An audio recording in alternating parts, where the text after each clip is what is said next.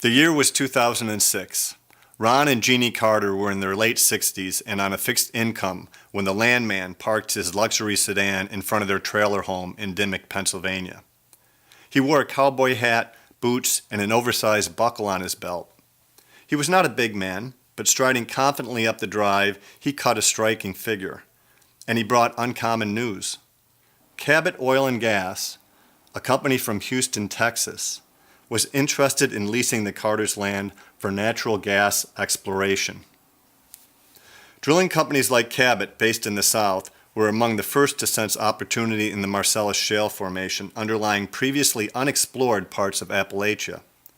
These companies sent agents to acquire rights to the land, and they started with promising territories that could be leased cheaply.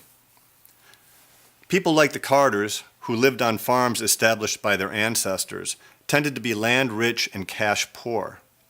Many were surviving, sort of, on monthly Social Security checks, food stamps, and income from part-time jobs, or by selling off parts of their land. Lease money, to be paid up front, would just about cover a shortfall for a mortgage or tax debt, and maybe for heating oil for the winter. The Landman's approach and style fit well into the farm culture of any rural American community.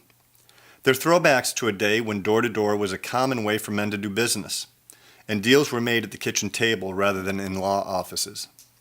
They are versed in land use and farming matters, and the types of things that landowners worry about: taxes, weather, crop yields, animal stock, and the art of extracting wealth from the land. The landman who called on the Carters that day was James Underwood, and he quickly impressed Ron as experienced in these matters. The $25 an acre that Mr. Underwood was offering would be almost enough to cover the Carters' tax bill, even if nothing more came of it. If Cabot struck gas, the Carters would be guaranteed a piece of the action, 12.5%.